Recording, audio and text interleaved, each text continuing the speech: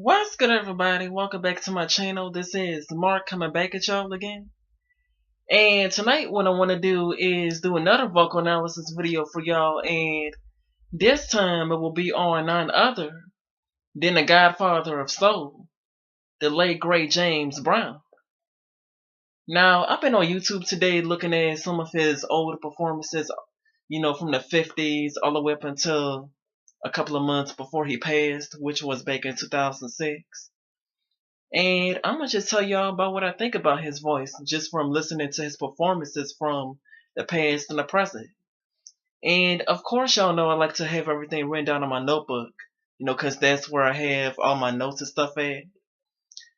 So, with all that being said, let's just get on right into this vocal analysis.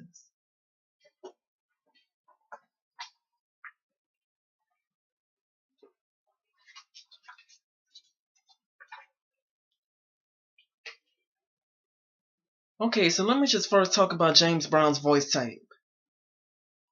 I think that he was a lyric tenor, and his vocal range is approximately B2 all the way up to D6 or an E flat 6. And let me just elaborate a little bit further about his vocal range. I saw somebody did a vocal range video on YouTube a while back, and somebody had on there where it said that his lowest note was an F2 and his highest note was an F sharp 7.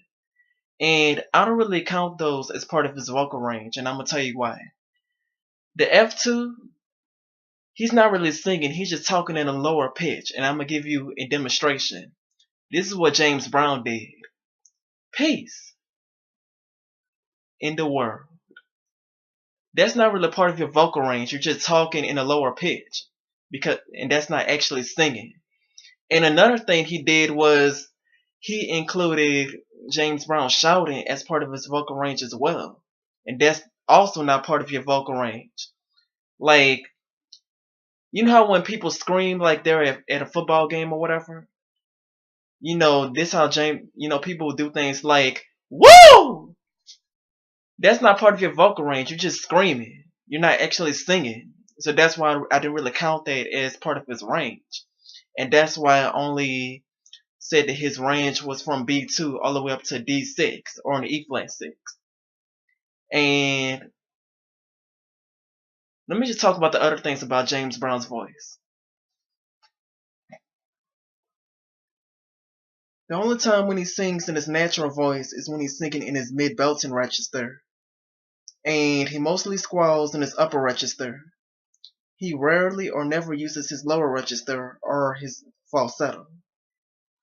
And speaking of squalling, he made a career, just from screaming and squalling so much, especially in the upper register.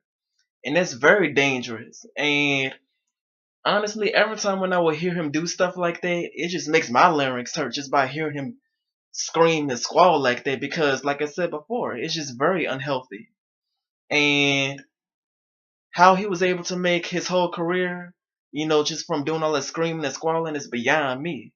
Cause, you would think that he wouldn't have lasted that long, like from at least 5 to 10 years, he would damage his voice or lose his voice. But apparently he was able to do it for 50 plus years. So, we all have been proven wrong. And let me just talk to you about the vocal decline of his voice. So, I have down here where it says that his vocal decline began in the mid to late 1980s, since he was doing drugs in the mid 1980s. And here's the funny part. I did my research on James Brown, and I saw on there where it said that he first had a drug and alcohol free policy, enforced on his entourage, including his band members, and he would fire anybody that did drugs or alcohol. And come to find out that he was ended up doing drugs himself in the mid 80s. And he was doing stuff like PCP. He was smoking PCP, which is angel dust. And he also smoked cocaine, mixed with tobacco and cool cigarettes. So I think that was another reason why his voice was declining in the later years of his career. Because of the all the squalling and the improper technique that he will use, and because of his heavy drug use, and those are huge factors to why he sounded the way he did. And not to say that he ever had any bad performances, but I've noticed that his voice wasn't as strong like it was back in the day, in his later years of his career. And another thing I wanted to point out is that I wish he would give us more tone instead of just having to do all that squalling all the time. Because when you do all that grunting and squalling and screaming and all that stuff, it just really takes away the tone and the beauty of your voice. And I just really wish that I got to hear, a lot more of his tone instead of, just him screaming all the time. You know what I'm saying? And what's another thing I wanted to point out?